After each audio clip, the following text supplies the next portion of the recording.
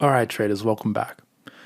I was thinking while recording this material about my early days as a programmer, and I thought this would be a fun lesson.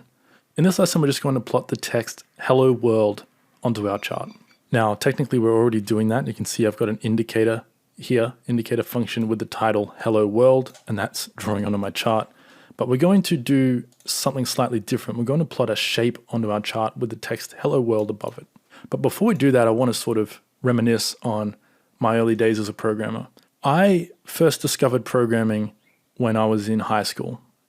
I was playing a computer game called RuneScape. It was an online computer game.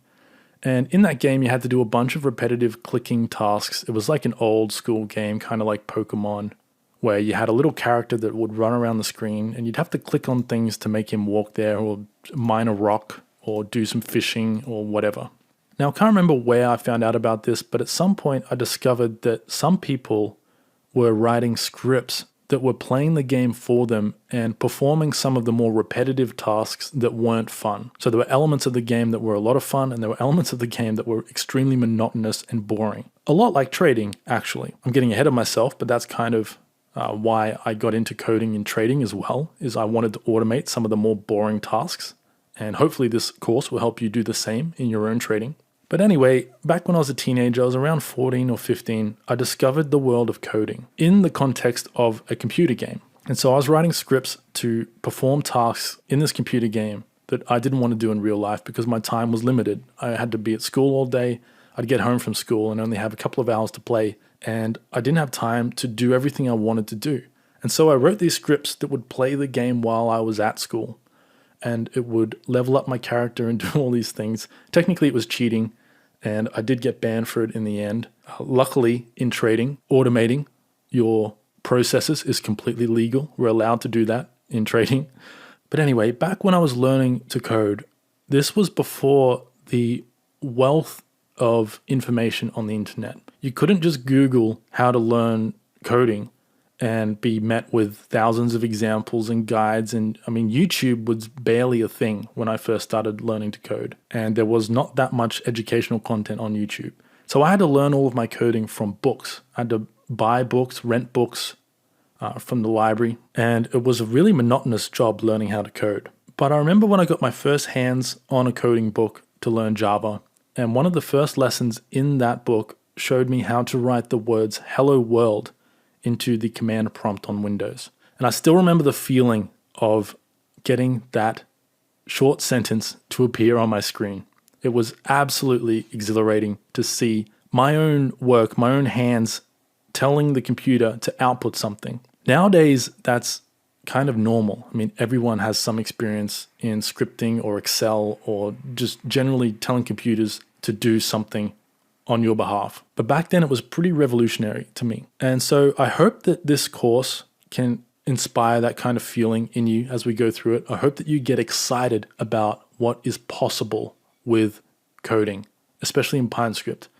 As you learn to translate your trading ideas into code, I hope you get excited over the possibilities because they truly are almost infinite, almost endless.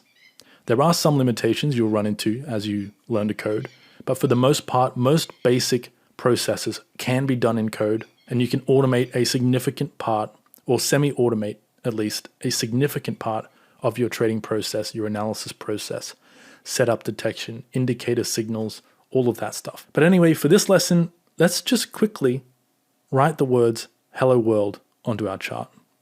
To do that, I'm going to use the plot shape function. Now, this plot shape function takes a Boolean series, meaning true or false. So I'm just going to pass true in here. And in fact, that's all we need. If I save the script, we'll be having a cross drawn onto our chart. You can see all these crosses here drawing onto our chart.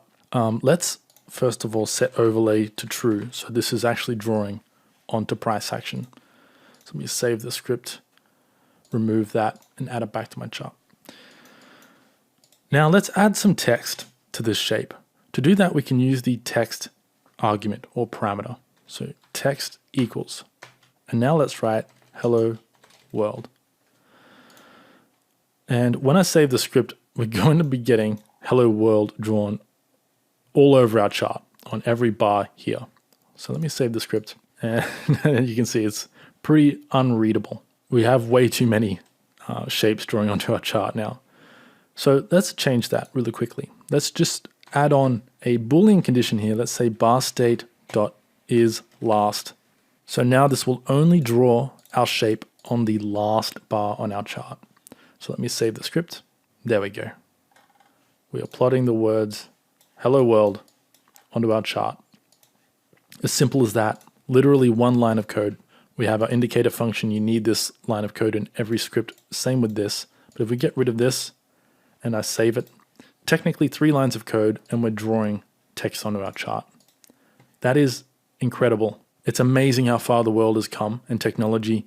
Back when I was learning how to code, it took over a dozen lines and a heck of a lot of time setting up the programming language, Java, the runtime environment, finding a Word editor, a code editing.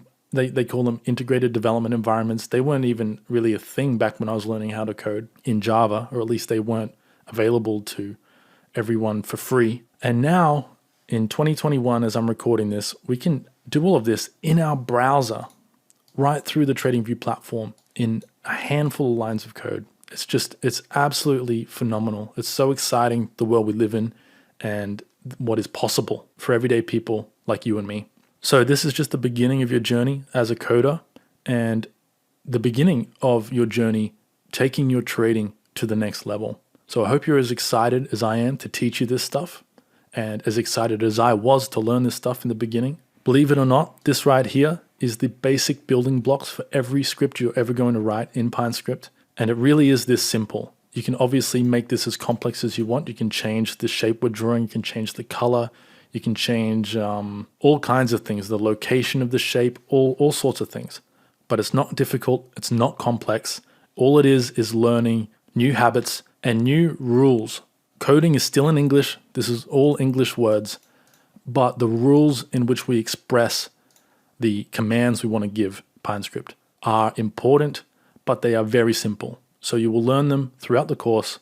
Don't be afraid if this is the first time you've ever learned any coding. If you follow the lessons step by step, one after another, you will be able to write your own scripts by the end, especially if you take the whole mastery course. So strap in. We're going to cover some really exciting stuff in the lessons to come. I can't wait. Good luck with your trading and good luck with your coding. Speak soon.